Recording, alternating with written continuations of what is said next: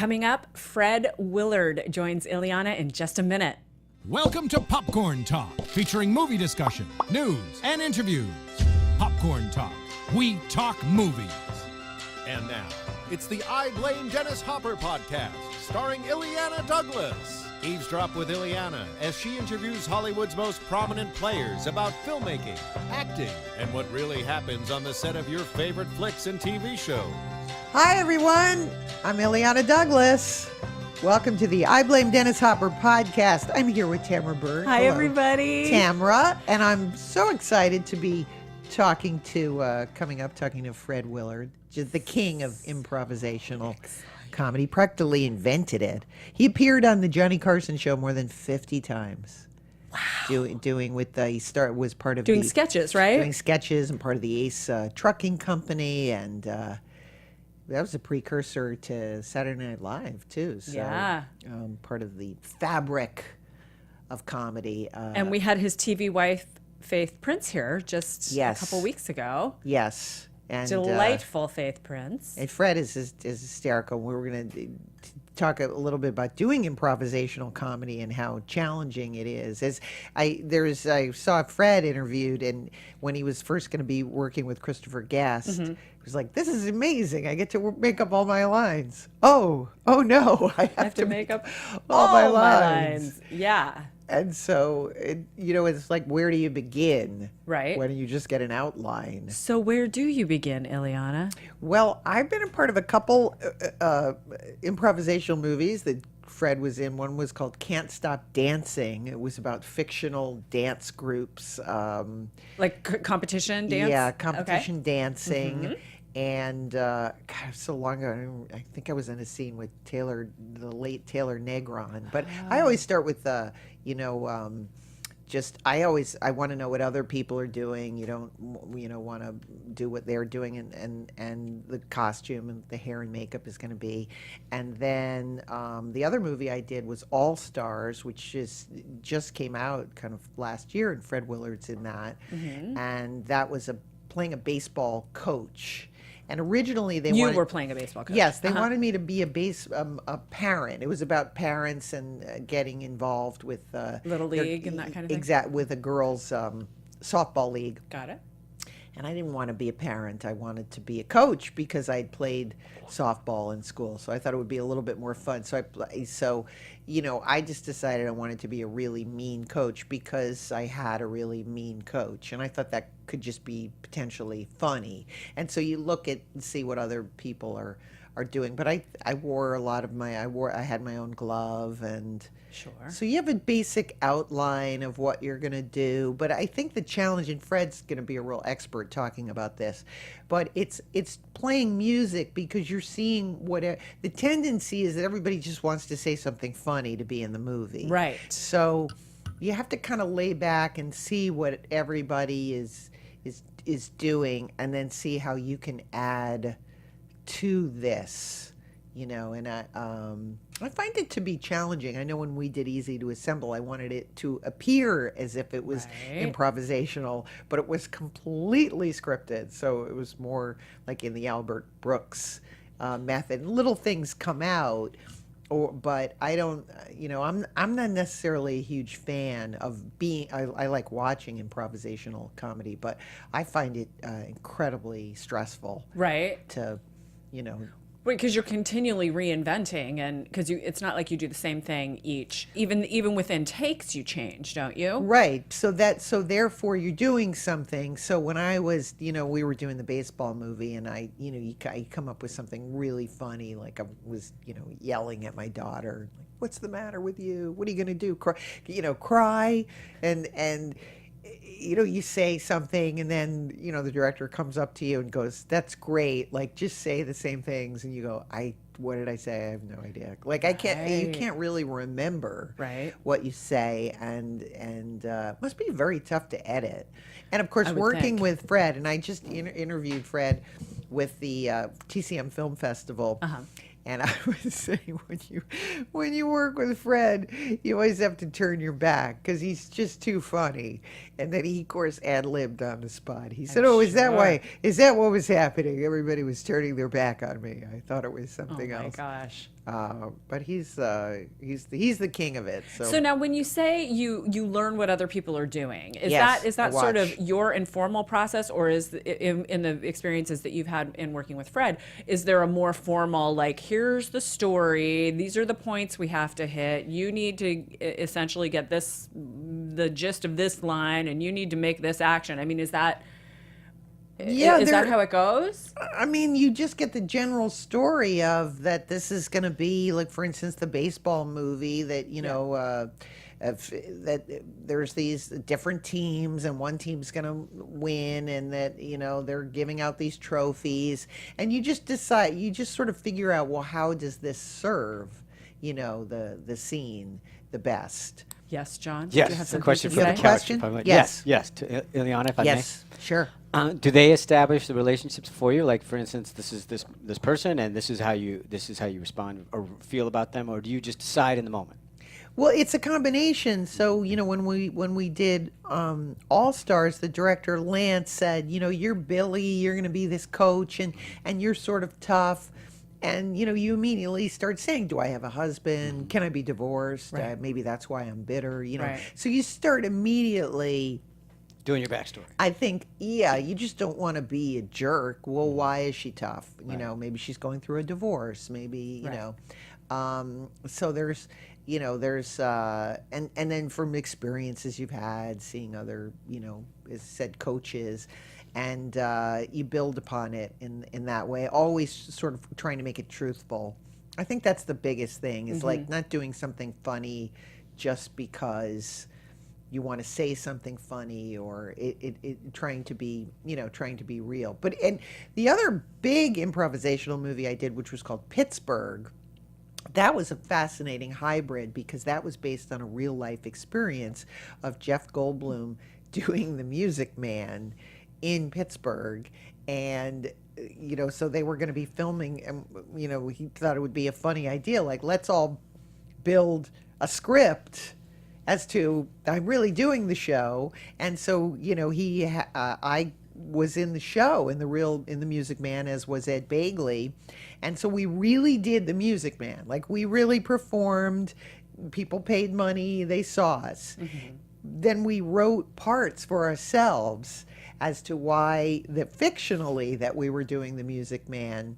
And that became the movie Pittsburgh, which has a lot of fans, because it really does seem insane that Jeff Goldblum would be in The Music Man, Right. So we all built storylines and around that. And at the time I was friends with Moby, so I said, I got to get Moby in the movie. So we came up with a idea of maybe Moby can be doing like a rap version of The Music Man, and try so we just started at it, and that was kooky, but so much of it. Was there any liquor involved in the conception of this idea? I just No. wanted to know. It was an organic idea, because Jeff was really going to do The Music Man. That's crazy. And it was so crazy that we thought, well, this would be a funny idea to do a film around it.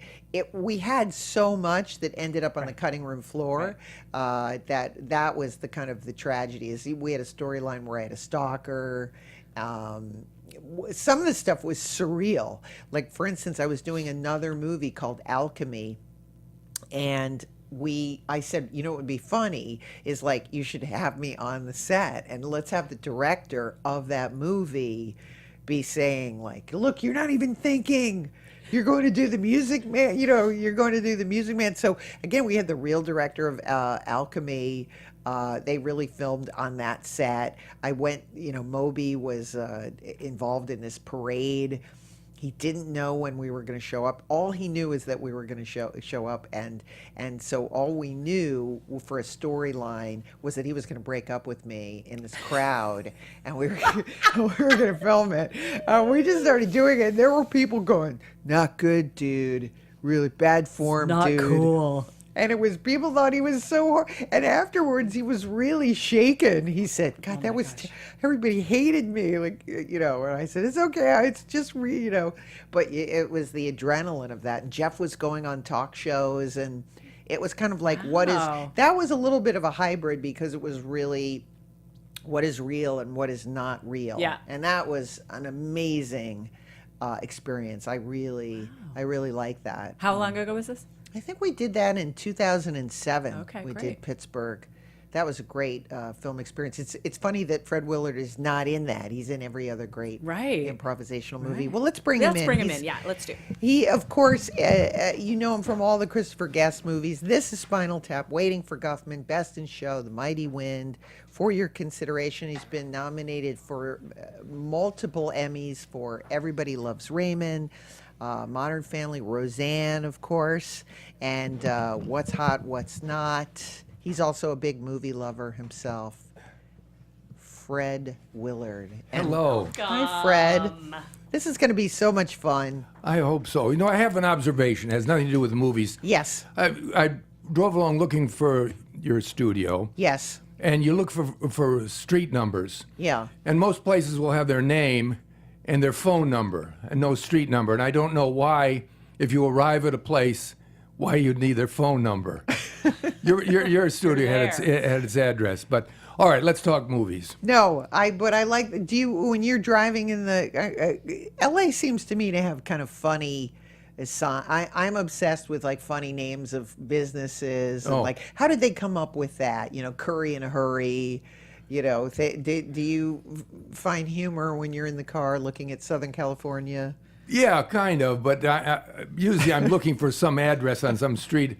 I've never figured out where Morrison is in Burbank and Oxnard, and it's just, yeah.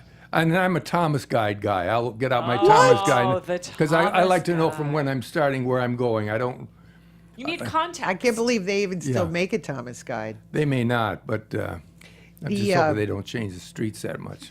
Well, we always talk in the beginning about the first movies you saw, and we just introduced The Court Jester at TCM, and was Danny Kaye, like, what were your first movie-going experiences? Was he one of them, Danny Kaye?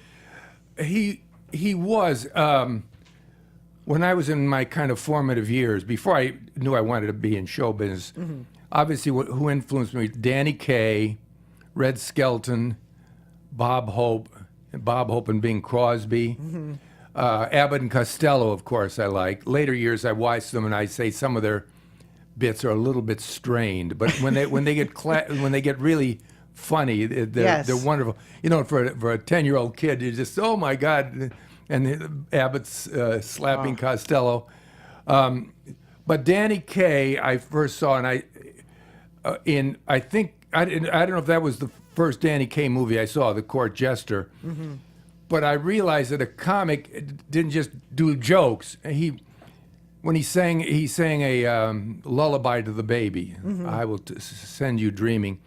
And he was so handsome, and he sings so wonderfully, and he was so gentle with the baby and with I blanked on her name, Glynis Johns. Yes. And everyone in the movie was serious, which is something that always kept in my mind in doing comedy.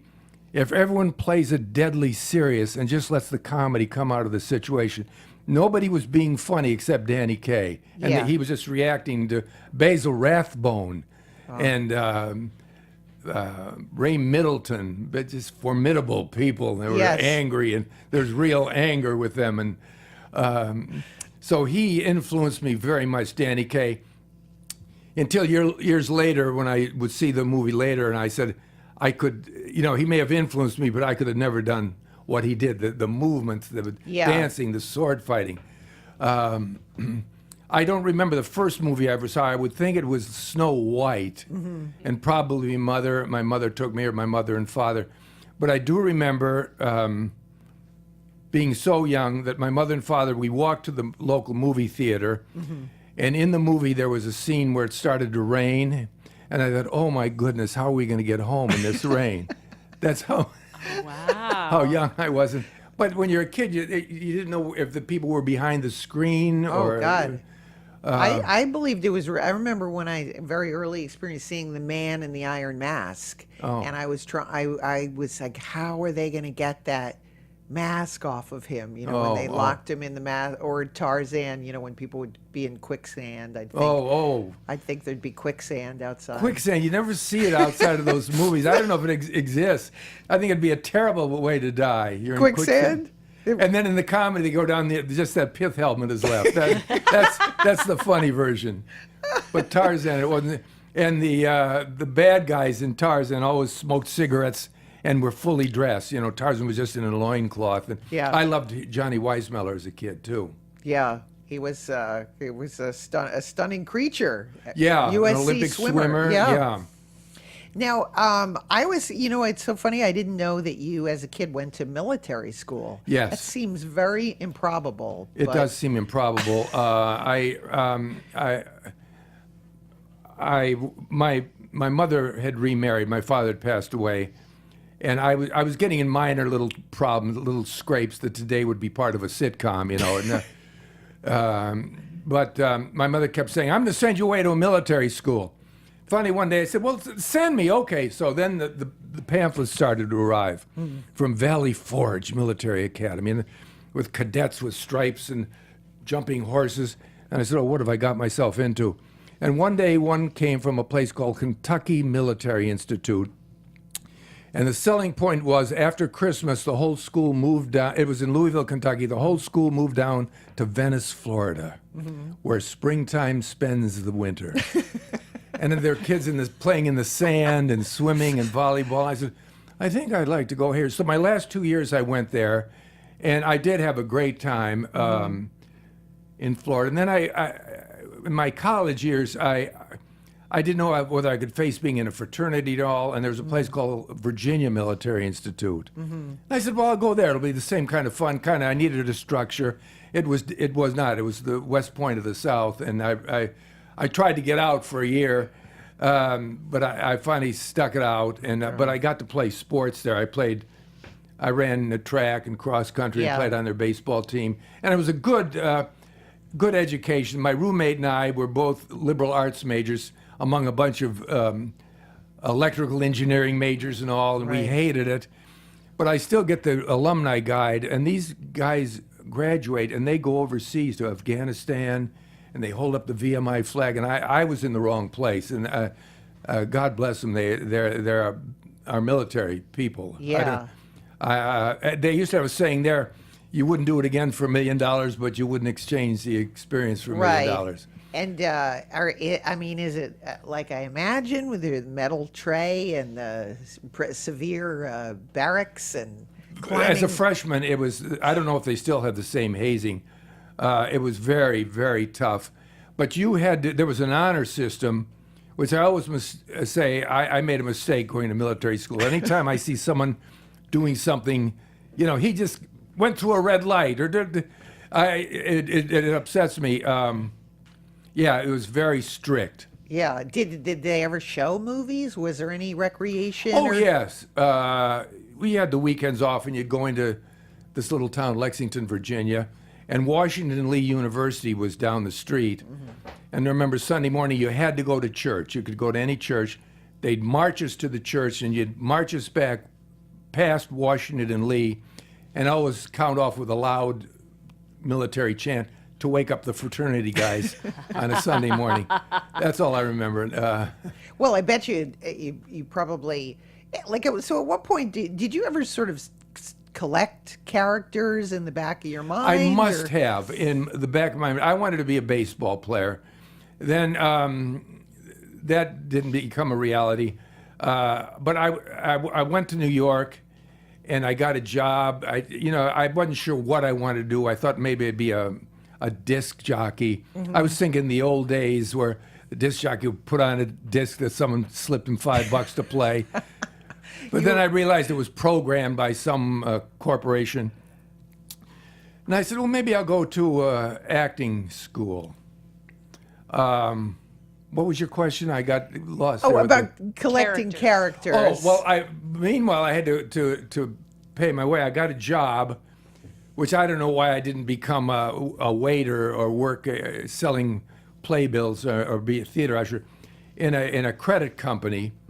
And the reason I worked there, you could get a day where you have to go out and go to different companies to get credit reports, but it would allow you to go out and go on auditions. So anytime I felt like getting up and leaving the office. But the characters I accumulated first in the Army, the nonsense, senseless rules you had. And I realized one thing, your sergeant would be the toughest guy to deal with. The lieutenant would be tough. If you could get to the captain and say, Captain, they're making us do something. Oh, that's nonsense. You know, the higher up the officer, the more reasonable they would be. And the same thing once when you got to a business office, the bosses had these petty ideas. I remember one time, I'll never forget, I was always late. And I had a trick.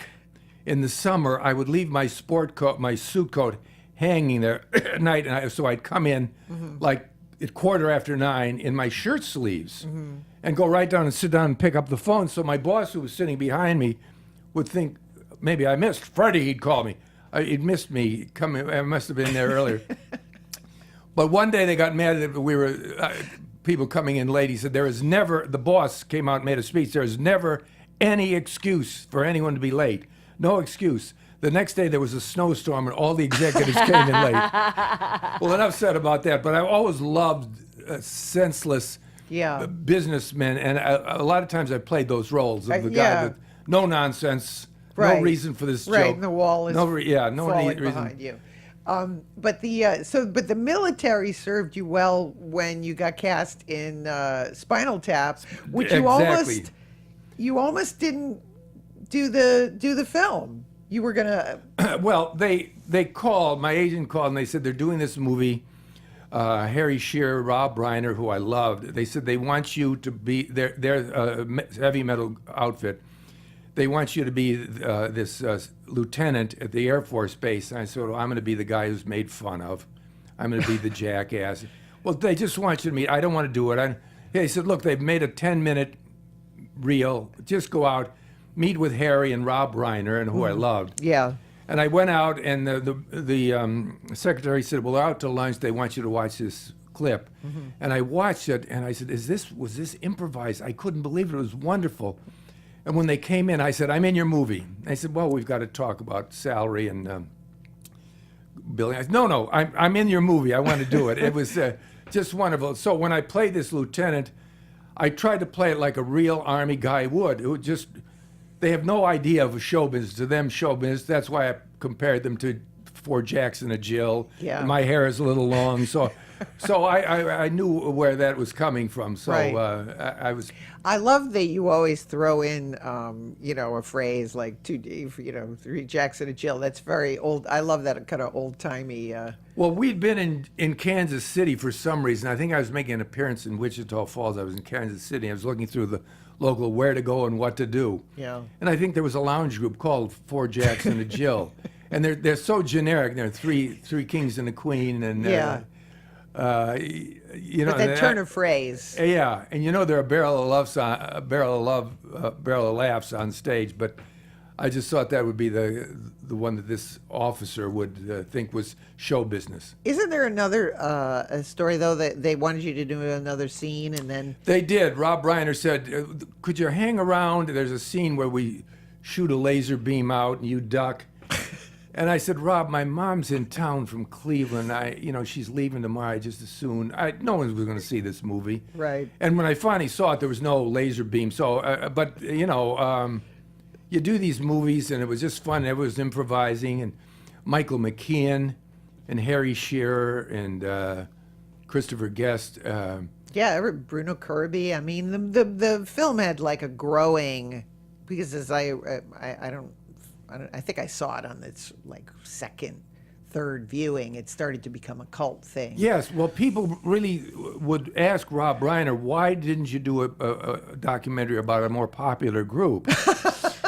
And I had been in a comedy group, four guys and a gal, we called ourselves. Yeah. No, actually, it was called Ace Trucking Company. Yes. And so when they got into that interstitial fighting, and someone's girlfriend came in and bookings dropped out, I could really relate to that.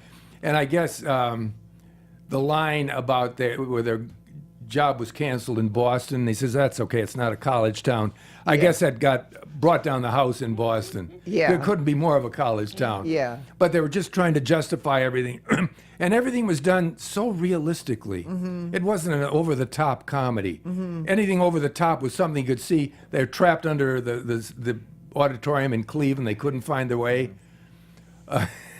I mean, that's happened to all of us. We're Of trying to course. find everything, and some guy give him directions, and you end up back Yeah. with the same guy. At the beginning. But yeah, that was great. Now, so I was just very pleased to be in that. You mentioned the Ace Trucking Company and the amount of times, like again, that you appeared in sketches, Johnny Carson show. Yeah. Also, one of my favorite stories is appearing on Mike Douglas, and you were just about to go on, and Bobby Seale was. Well, in addition to Lennon and John Lennon. It was the show where John and Yoko were on, and Bobby Seale of the Black Panthers was there, and we'd done the Mike Douglas show several times. You took a train down to Philadelphia, and suddenly they were very nervous. They said, "We want to see what you're going to do, the script." And we said, "We don't have a script. We've got to see a script." So we had a new manager who was very, very frantic like this. "Guys, let's get this ready."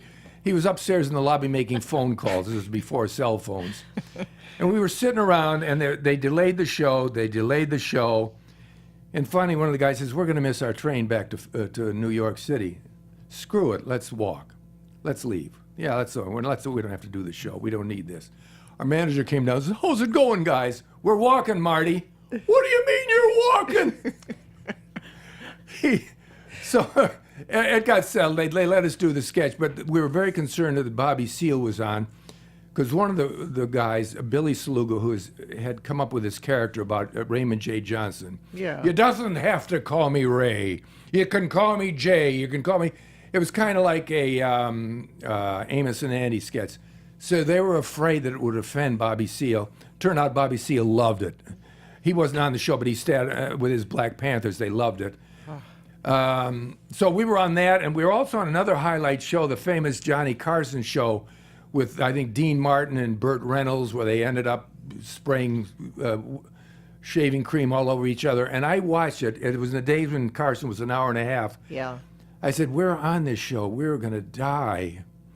And about an hour and 20 minutes into it, we came on. We did an 8-minute sketch, got huge laughs. It was a different audience in those days. You didn't have to, in and out.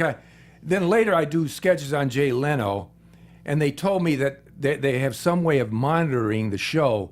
So if the audience kind of slumps, come on, pick it up. It's like that. How can Right. you work under that conditions? If a comic comes on and does 5 minutes, 2 minutes he hit a subject, we lost 100 people. Come on, speed it up. But that's the different mindset now. Completely. He used to have authors on, and even he was bored half the time. But if you wanted to watch the author, that was. But around the time you're on the 50th time, were you nervous every time? Oh no. Well, yes, we were always. What we did, we got the Ace Trucking Company. We got to the point, which was wonderful. They loved us so much. Doc Severinsen loved us. I think he loved Billy Saluga because he loved that. You doesn't have to call me. Yeah. We would try out pieces on the Tonight Show, and they would build sets for us. Yeah. Which made it hard for us to go then and do at a theater and around this sketch without. Well, we don't have the sets. We don't have the costumes. And it was a great time, and I've always loved sketch comedy. Ever since I was a kid, when they'd have the shorts. In my day, you'd go on Saturday afternoon to see a double feature, but the movie would start. You have a cartoon, the newsreel, and the shorts. Guy behind the black ball, I forget what it was, and the guy with a slow burn, and the Pete Smith specialties. Yes. So I always loved them. Did you like Robert Benchley at all? Oh my God, I loved him. Yeah, but I think I got into him more. I don't know whether I first saw him in the sketches, but then reading his stuff. Yeah. It was Very so dry. dry and so bright, but I loved him. And so then at the same time, that was about the time where Bob Hope and Bing Crosby were doing things. It was a little after, the trio, the three guys, it was before Abbott and Costello and the Three Stooges. Ritz Brothers? Ritz Brothers. Okay. I never saw much of them, and what I saw, a friend of mine said they're like a stick-em-up comedy, which explained them. It's always, here's a joke, here's another gag, hey. I never got into them, but Three Stooges I loved. And later, when I watched them later, I realized how funny they were, really how difficult. Three of them doing sketches. Yeah. Because I tried to write sketches. We'd write our own sketches. And then Bob Hope, Bing Crosby, Red Skelton, I loved. Danny Kaye came along. Of course. Loved him. Did you get to meet Bob Hope ever? Yes, I was in Vancouver doing a Steve Martin movie called Roxanne. Mm-hmm. And I got in the elevator to come down, and there was Bob Hope with, I assume, his daughter. And they were coming down the elevator, and I turned around and faced the front. I said, I'm not going to be a fan. And I said, who am I kidding? He's from Cleveland. I'm from Cleveland. I turned around and I said, Mr. Hope, I'm Fred Willard. I'm from Cleveland also. I'm here in town doing Steve Martin's movie, Yeah. And I don't know whether that's kind of thing. We got down to the ground, and I started to walk. I went someplace, and I came back, and his daughter had left him standing alone, and there he was in silhouette. There's the street out there, and he's looking in the store window all by himself. But I got to say hello to him. That's the only time I met him. Now, Eugene Levy had a great story that he and Dave Thomas got to meet him, because Dave Thomas did Bob Hope. Yeah. He became Bob Hope. And they got to meet him, and they went into his hotel room, and Eugene Levy went up. And Eugene Levy is kind of shy anyway. He's, Mr. Hope, I'm Eugene Levy. I'm with SCTV. I just want to say how much you've influenced young comics, how much we appreciate you. And it's such an honor to meet you, and thank you for allowing us into your room. And we were all great fans. And Bob Hope says, huh? So the whole thing, I don't know whether he started off, but it's one of my favorite stories. But what a career Bob Hope had. Lived to 100. I mean, you realize his career from a young guy, I loved his brashness. I think he was an ex-semi-pro boxer. He was from Cleveland, born in England. Yeah. A dancer, again, all around. Oh, he danced. You see him in these movies with Fred Astaire, and he really put in work. And years later, he just worked off his cue cards, but still, and you'd watch, it's just so great. What a career he had. Yeah, also I think of him one of the first people kind of breaking the fourth wall. That's what I loved, when he turned to the audience and talk. And also Bing Crosby and Bob Hope. I remember one where at the final scene, Hope is walking down the street, and his ex-girlfriend in the baby carriage is Bing Crosby as a little baby. And I go, oh, God, it just tickled me what they could do. I wanted to add, this is something I never asked you about, but I'm extremely curious how the heck you appear as an uncredited extra in the Jacques Demy film Model Shop. God. This film is, of course, been lauded through. They used it in the movie Mad Men, and you were a part of that film. I just gotten in Hollywood. I was here a couple of months, and I had a manager, and I'd gone up for a few auditions, and I hadn't gotten them. And he said, Fred, he says, maybe you should be a little more over the top when you go in, a little more colorful to get their attention. So I had a pair of yellow pants and a checkered shirt, and I walked into the audition. I knocked on the door, and they just come in, and Jacques Demy was sitting on the couch, kind of slumped down with a hat, and he didn't even question me. Someone said, Fred, tell us what you've done. I said, well, I've done some sketches. I was on the Ed Sullivan Show. I've done nightclubs. I played in Mr. Kelly's in Chicago, and I'm doing this and that and that. Well, thank you very much. I said, okay, and I walked out, and someone who knew me, and they said, what are you doing? I said, I was just auditioning for the Jacques Demy film. He said, oh, that's right. He's looking for very real people. But he gave me a part in, I was the gas station attendant, and I think I had a line or two. I came out and was washing his windows, and he was looking at photos that he'd taken. And I think I had a line, and after the first showing, they cut my line off. So it just, as you say, an uncredited yes.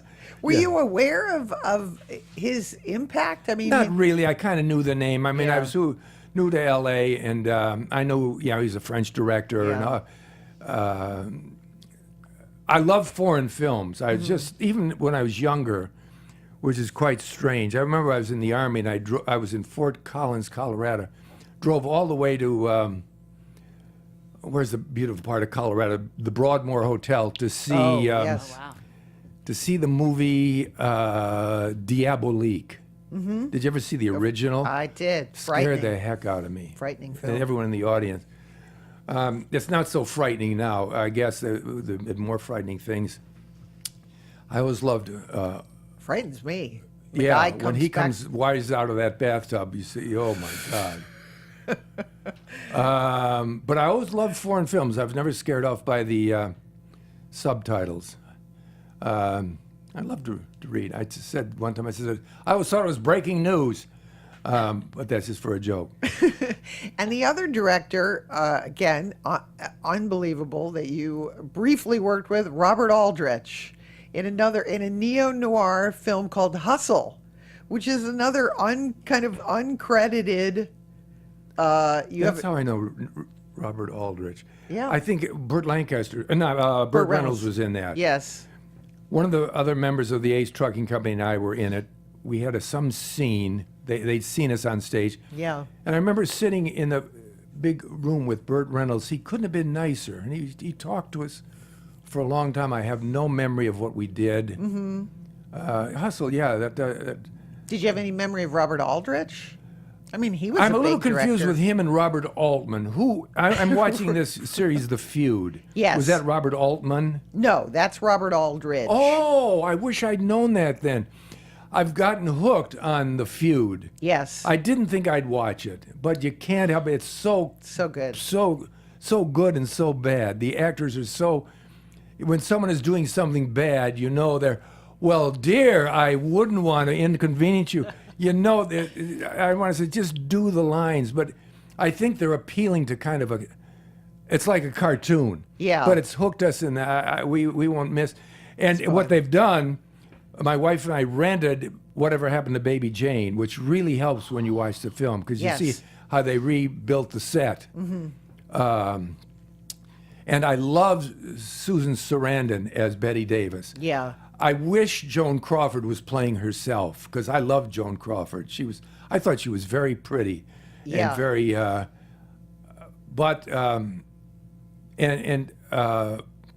Alfred Molina. Yes, as Aldrich. Is wonderful. So I worked with him. Who would have known? So With Robert Aldrich, and you didn't even know it. maybe if they do a second season, they'll say the Hustle years when he met Fred Willard. There you go. And Stanley Tucci doing as the best when he's playing the Jack Warner. Oh my God! Because he's no nonsense. He's Jack Warner. Yeah.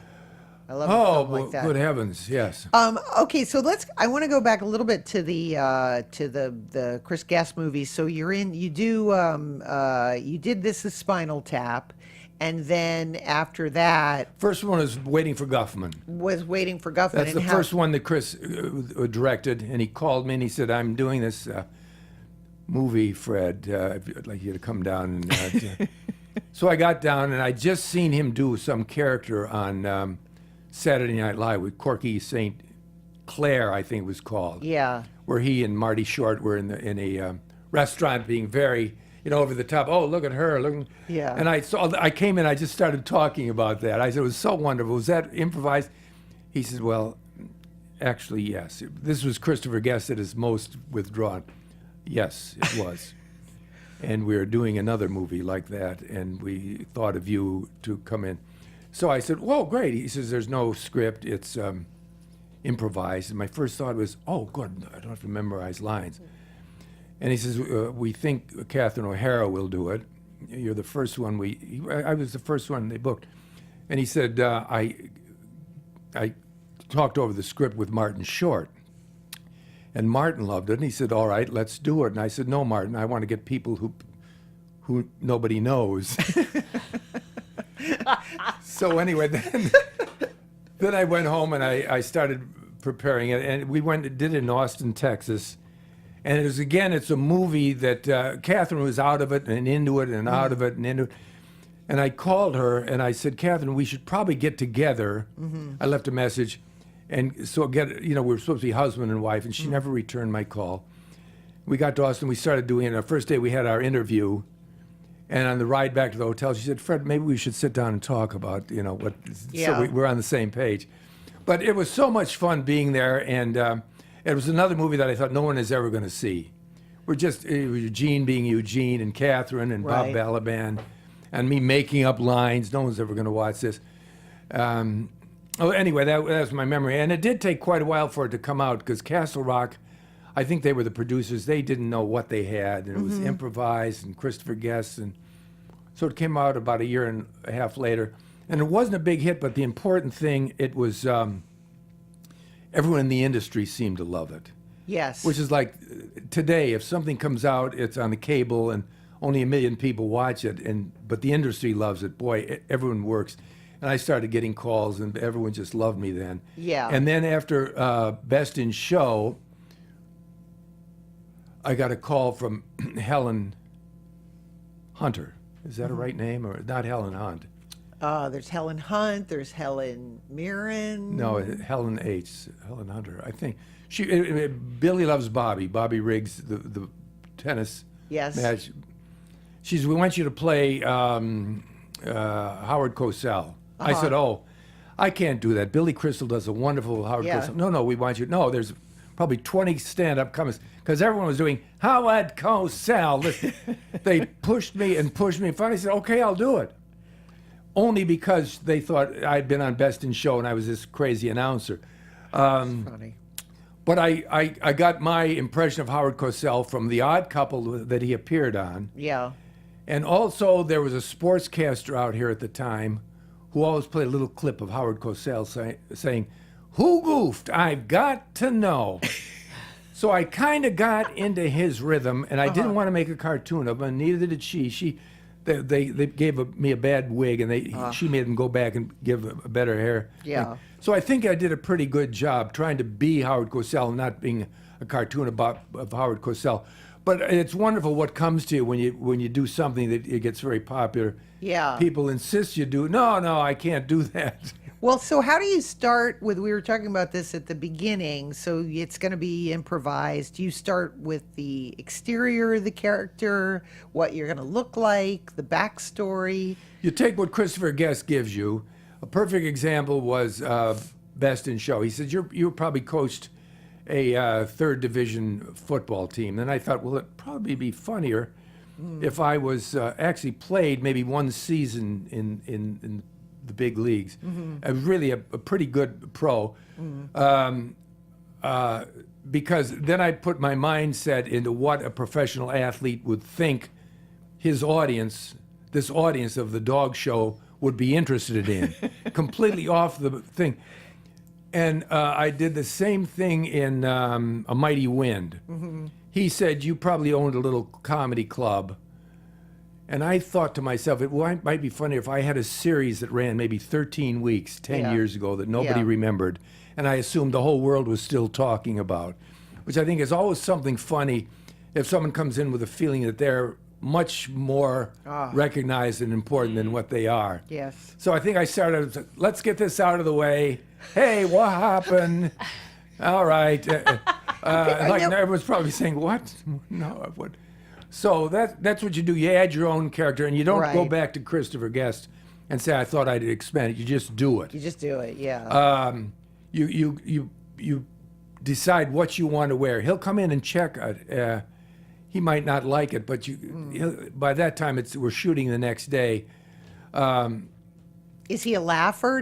No, he will not laugh. See, that's tough. I would find that tough. But Best in Show, Jim Pittick and I we did it in about 4 or 5 hours. He would come up and he'd say, okay, we're going to do that again. I said, was that funny? And he had this weird, no. Will it be used in the movies? He walked away, he said, no. I said, well, do I reuse the same jokes? Or do whatever you want. So the next morning I went down to breakfast and Karen Murphy, the producer, came. Well, first I was sitting there and I heard someone doing a bad an Arthur Schwarzenegger improvisation. I looked up. It was Arnold Arnold Schwarzenegger with his entourage sitting a table away from me. And I still remember his joke. He said, one of his guys, he bought a stationary bicycle 6 months ago, and it's still stationary. Now, I'm a big fan of his. I think he's great. Karen Murphy came over and sat down. I said, that's Arthur Schwarzenegger. Oh, yeah. And she said, yesterday I've never seen Christopher Guest laugh as hard as he did behind the camera. I said, geez, I would have known that. She said, the camera was shaking. We had to settle down. But he doesn't want to give in. Now, the last few movies I've done with him, we did Family Tree and then Mascots. He'll come up. He's much more easygoing. He'll kid with me. I'll kid with him. So I think he's a little more giving. I think he was always kind of confused with me. He knew I was doing something funny. Well, you're so dry, and I was saying, before that working with you, it's you just it comes out so straight, but it's so funny. Yeah. Well, I like to always kind of jog him. I'll say, "This isn't going to be cut out, isn't it?" Why didn't I'd call him if something was cut out of a movie, and then we were doing something else, and he had some sound problem. I said, "Well, what you can do, we can go to looping and get this." Now, Chris, looping, I don't know if you know what that is, where you go into a studio and he just stands there. And I said, they show it on a big screen. It's difficult. So he kind of, what I would love is to be part of his social group. I've never was, come on over and hang out with the guys. Because I would love to be, because I love his sense of humor. He's so bright, and they're so bright. After you do a certain amount of movies, do you have to keep the different characters? You say, okay, well, I did this with this guy. Now I dyed my hair. I tried to do the last one. You try to change. You don't know, but then we did something on the Academy Awards. I think it was Billy Crystal's idea.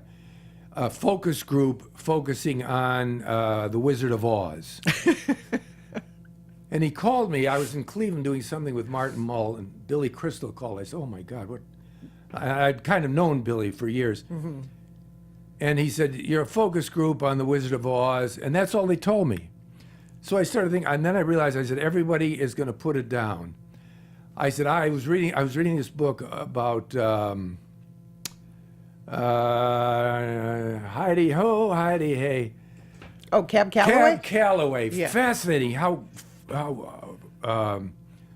cutting edge he was in the 30s. He was ahead of everything with his jazz and his jive and his language. And I said, I'll be one of Cab Calloway's horn section. And I love the movie because I love the flying monkeys. How did they get those monkeys to fly? And I don't know, was it me? Or did it suddenly seemed to turn into color, man? I'd like to know what they gave me before. So I think I took the right tack because everyone else put down the movie. So then I tried to do that in Mascots, his last movie. I thought I would be a laid-back jazz musician. Mm-hmm. I don't know if it played because so much. I seem to have lost some energy in it, though. They had some funny scenes. They had they kept in, but it's a character I'd like to try again, a Cab Calloway musician. I love that. I was going to ask you, is there some character you'd love to invent? Yeah, I've loved the characters I've done. I love the clueless athlete. The jazz musicians always fascinated me. Mm-hmm. There's a saying, of course, a comic, if you make the band laugh, you're not doing well. Right. Which I love that because musicians are so, not only have I always admired them as musicians, but their great sense of humor. Do you watch documentary? I mean, documentaries make me laugh sometimes. About? Just any. Yes, I do. We're currently watching documentary about World War I. Mm-hmm. And my God, you can't believe it's like a horror film. And enough, but World War II was worse. It's a miracle that America is not occupied by Germany and Japan. Mm-hmm. We were unarmed. Anyway, documentaries, yes, I love them. I was trying to watch this documentary about comedians. They seem to preempt it every week for CNN. I don't know. Yeah. The guy that did it, his name escapes me. He interviewed me. He put a wonderful book. Cliff. We've had him here on the show. Cliff Nesteroff. What background he did, and we saw him at the TCM. Film Festival. And I said, what's happened? He says, I don't know. They're going to rerun it. It's fascinating. Yes, so to answer your question, I love documentaries.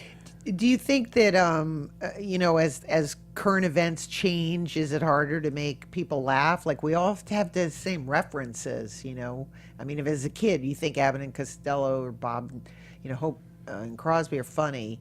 But when we're doing these improv movies... Yeah, it's got to be more cutting edge.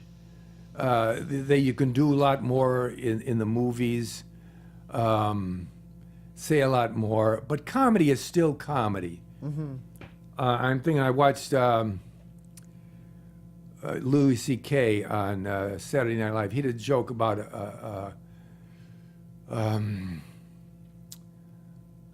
what's the one with the long neck, the long animal? Giraffe. The giraffe. Yes. How uncomfortable it must be. I mean, they make little kids laugh with that in 1930. Yes. It's still funny. Funny is funny. Funny observations.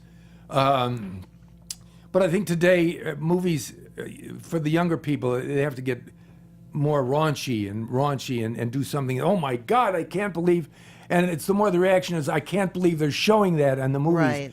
Rather than, oh my God, is that funny? Right. But I'll go to watch them and enjoy them, The situation being funny. Yeah, same with blue humor.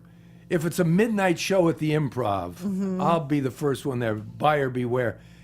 But I've done some charity things, 8 o'clock for people who come, they're well-dressed, and they come, they donate money, they're doctors, they're people who are suffering from the disease, and the comics get up and are so blue.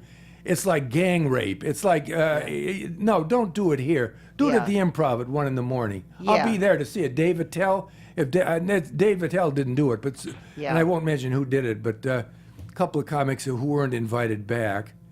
And that's I'll get off the soapbox there. In preparing for this, I didn't know what you'd ask me. There was a couple of actresses had great names. Heather Angel, did you ever, back in the 30s? No. And Trixie Fraganza in the silent movies. I loved silent movies. One of my favorite silent movie actors is Mabel Normand. Oh, a great comedian. Yes. What else did I? Are you interested in I always like Hollywood stories. Bela Lugosi living in a small apartment and yes. Dick Cavett was to say, used to visit Stan Laurel. Yes, everyone seemed to visit Stan Laurel down in San, because he was in the phone book. Yeah, he was in the phone book. I didn't know that I was here when he was living there. I would have, but it's so great. I love the old documentaries about the old movies, and those guys were fascinating. Bela Lugosi. Of course, my interview would not be complete if we didn't talk about your work on Fernwood tonight, of course, and your chemistry with and friendship with Martin Mull, which is my God. See, I remembered his name. that good. Otherwise, yes. But in terms of Fernwood tonight, again, talk about comedy. Did you ever do anything that was just? I mean, because I discovered that show when I was a kid, and it just was. Did you think it was a real talk show? I thought it was real. That's what we were trying to...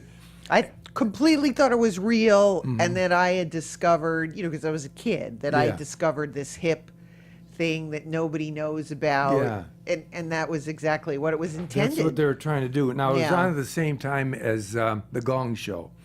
A lot of people don't know that Alan Thicke was the on-hands direct. He was the producer, but he was on the floor directing.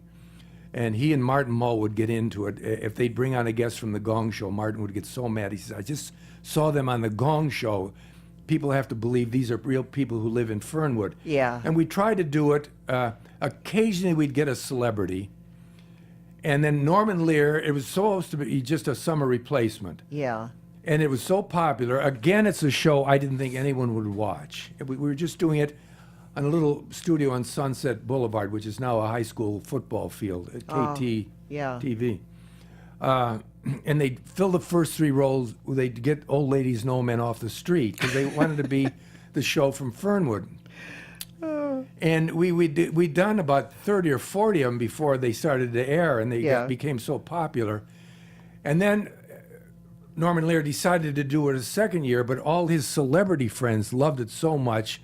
He says, how are we going to justify that they're in Fernwood, Ohio? So he changed it to a town in Tacoma, California. Right.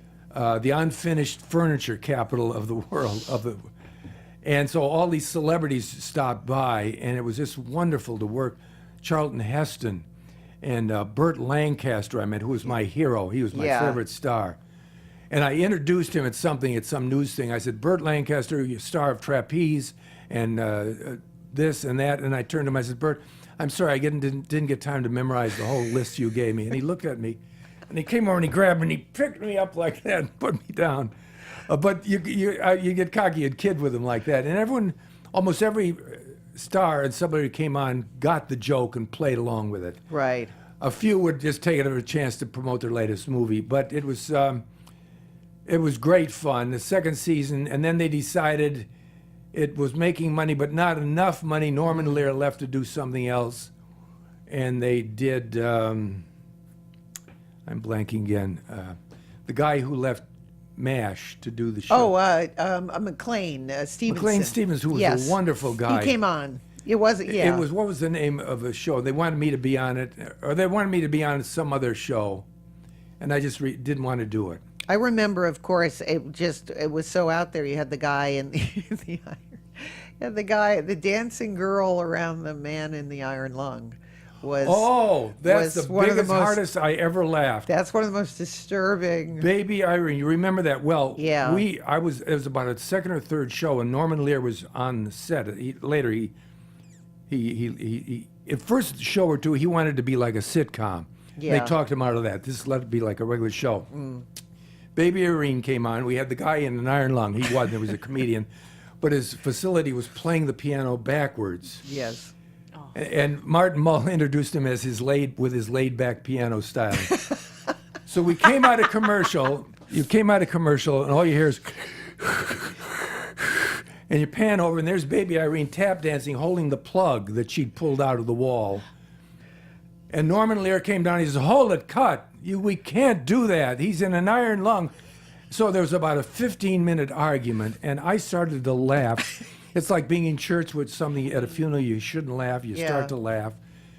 And it was so funny. The Baby Irene, clueless, and she probably didn't know what she had. She was holding the plug to the iron lung. Yeah. I still remember laughing so hard my stomach hurt. And they finally, I don't know what they did. They settled for doing something else. But, yeah, it was on. I think they kind of left that in. But well, it had those kind of old cinematic references, like somebody that would be in an iron lung. It just seemed so improbable, But yeah, that was, my God, what an amazing show. Yeah. And then finally, I'm just going to, I could be talking to you forever and ever, but we both worked with Jerry Lewis in Max Rose, another great comedy icon. What was that like? I was thrilled when I was asked to do that, and I was so scared. I didn't know whether he was directing or not. Yes. And I thought he had this, image of being explosive. Yeah. And so I wanted to know my lines, and I didn't want, and I went on where the trailers were, and the director, I forget his name, the one who actually was directing, the writer. Daniel, no. Yeah. He said, "Do you want to meet Jerry?" I said, "Sure." And I walked in, and Jerry Lewis was holding a newspaper in front of his face, lowered it, and he had a red clown's nose on. I guess he was either trying to make me laugh or trying to make me feel at ease. Yeah. And he was very nice. I talked, and then we went to work that day on the set, and the director said, "Now you're going to have a problem with Jerry. He can't remember lines." Mm-hmm. And that was actually a relief to me. I said, "Oh, good. So he's not going to say, 'How dare you walk on the set unprepared? You know who I am?'" Yes. So he had these lines, and I would say my line. He would look at me off stage. They had a prompter who would read his line to him, and that he would repeat to me. Yeah. Now, so much for actor studio acting and getting in the moment. It seemed I never saw the movie, but it came along as plausible. Yes. And I did a second scene with him a couple of days later, and the a sidebar. And then a final funny story about the Jerry Lewis. A sidebar, you talk about acting and studying and getting in the character and building a character from within, without. Some of my favorite moments, I saw a movie called, I think, Stealing Home or something. Roger Maris and Mickey Mantle played themselves. I think it was the year after Roger Maris hit 61 home runs. They played themselves. They came on. They were wonderful. A screen presence. They did their part well. I don't know if they had a coach that would run lines. They weren't wooden at all. Sometimes you do see actors doing a commercial. They were wooden. Shop now. Get your deal. Get a deal down at Honda. But so much. You just come on. Some great actor once said, know your lines, hit your mark, and say your lines. Anyway, the follow-up to the Jerry Lewis movie. I'd heard that it was shown at Cannes, got a standing ovation, but panned by the critics. 2 years later, my wife and I, just a couple of months ago, we were watching, and Claire Bloom was on. Someone mentioned Claire Bloom. And I said, God, Claire Bloom, she was in the movie. Yeah. The next morning I was eating breakfast, the phone rang. It was the director, David. Daniel. Yes. Fred, Daniel, yeah, and I didn't register at first. He said, I directed Friends of Max Rose. I said, oh yeah, my first thought was, he wants me to do another movie. For no money. I did it for no money to meet Jerry. I said, we're just talking with Claire Bloom. Yes. He said, well, good news and bad news. He said, we're doing it at the Cinematique, but bad news. I said, oh, God, Jerry's sick. He said, we cut both of your scenes. And I said, oh, okay. He said, I felt so terrible. They were so wonderful. So this was the wrong thing. They were so wonderful. And I said, well, okay, I understand. No, I feel so bad. We're going to send you the scenes to look at, blah, blah. Okay. So a week later, phone called again. Fred, it's Daniel. Was his name Daniel? Daniel. How are you? I said, I directed Friends of Max. Yes. Listen, I'm doing another movie. Did you ever get to your scenes, your outtakes? I said, no, I never did. Someone messed up. I'll get them over to you.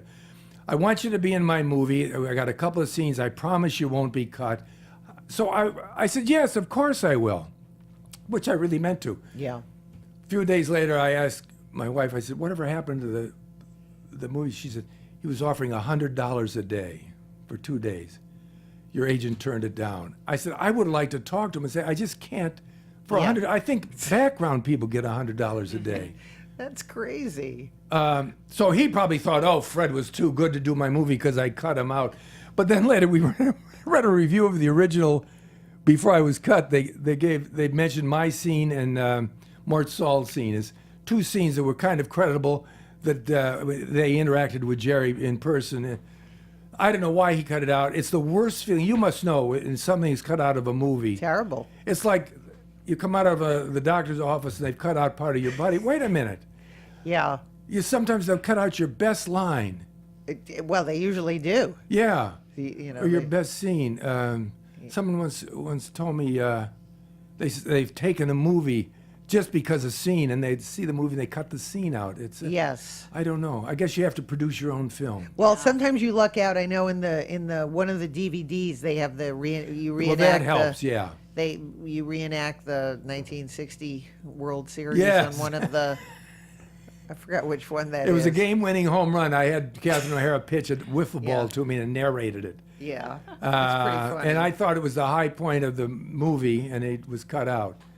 I know. It's so hard. Okay, speaking of cutting out, I hate to do this, but we're going to have to go, Fred. We got other people waiting, Fred. Next in line. Next in line. Number 23. Who's up next? There are snacks to be consumed out We've there. got Sunny. Thank you for the Sunny snacks. Tufts is waiting out in the. Sunny Tufts. Wouldn't that be exciting? Some of those people that are forgotten, there was great names. Toady Fields. Toady Fields. It's another great one. Yes, Tamara, you please. can find Fred on Twitter at Yes. Fred_Willard. I'll be gabbing about this. How about that? This- I came on yes, prepared. They for shoved sure. me off after 10 minutes. It has not been 10 minutes. It's been far longer than 10 minutes. I knew there was trouble when the producer said, leave your car running. It'll be okay. You don't do that. Park in the red zone. Illeana is very busy. She'll be Never come back now. We'll make No, better I was snacks thrilled. Thank you next for time. inviting me. Anytime. Anytime you want to talk about obscure movies, I love Yes. obscure horror films that don't have a star. I don't want to go if they have a star. I like Yeah. obscure old-time movies. I'm a big fan of old-time movies. Eddie Brandt's, you must know Eddie Oh, Brandt's. You the get best anything Eddie you Brandt's want. video. I've never gone there and asked for something that they don't have it. Yeah. Here it is down here. Yes, no. They have everything. It's so funny when you were saying the thing about Daniel Noah. I remember when I had called you to ask you to be in, because we met through Celebrity Autobiography, and, Yes. and I mentioned my web series, and I when I wanted someone to play the fictional head of IKEA, I remember that. I couldn't think of it. I said only Fred Willard could play this and make it believable. I had to do a Swedish accent. Yes. And it was IKEA. What was it? IKEA. And I walked in, the security guard out front had a perfect Swedish accent. I thought, and he had gray hair. I said, you should go up and be doing my part. But I think I passed, didn't I? I mean, I was no one. You were fantastic. Oh, good, thank you. Because that's what I mean. Anyone, it was when you would like to imagine that the fictional head, Ingvar Schwartz or whatever his made-up name was. It was kind of a sad Ole scene. I remember. Sorensen. I was kind of sad. Yeah, it was sort of sad. But then, but sad but funny at the same. Oh, it was good. At the same time. We had, I was sad because we'd been shut down by the union that day. We had like a sort of a little mini crisis on set, and then we regrouped and we came back together. Oh, good. So And that was quite popular for that series ran. And then very you got to popular. go to Sweden yourself, which yes, is so great. which is so Yes. bizarre that I would write a scene Yeah. where I would get to go to Sweden, And which I was think my you dream. mentioned on the set that you always had dreamed of going to Sweden, and that's a dream. The whole doing the show, literally everything that Yeah. happened on the show. I had a fictional talk show. Yes. I ended up doing that on TCM. Everything I wrote. So I advise it. true. Yeah, everything That's wonderful. kind of came true, and I get Amazing. to meet you and talk to Yeah. you and continue to work with you. Absolutely. Anyway, thanks so much, Fred, Thank for you, being here. Thank Fred. you. Also, you can buy Illeana's book, I Blame Yes, you Dennis can. Hopper, on Amazon and in bookstores. Also, like us on our Facebook Please page. like Check us. out our website, illeanaspodcast.com, and that is all I have to say. Yes, everyone's life is like a movie with a beginning, a middle, and an end, and this is ours. And Thank a you. bad third act, someone once said. It's unfortunate. Yeah. Are we off? Sound like Moss Hart, and we're off. We're off Have a now. great day, Thanks, everyone. everybody. See you next time. I loved your book. From producers Maria Menounos, Kevin Undergaro, Phil Svitek, and the entire Popcorn Talk Network, we would like to thank you for tuning in. For questions or comments, be sure to visit popcorntalk.com. I'm Sir Richard Wentworth, and this has been a presentation of the Popcorn Talk Network. The views expressed herein are those of the hosts only and do not necessarily reflect the views of the Popcorn Talk Network or its owners or principals.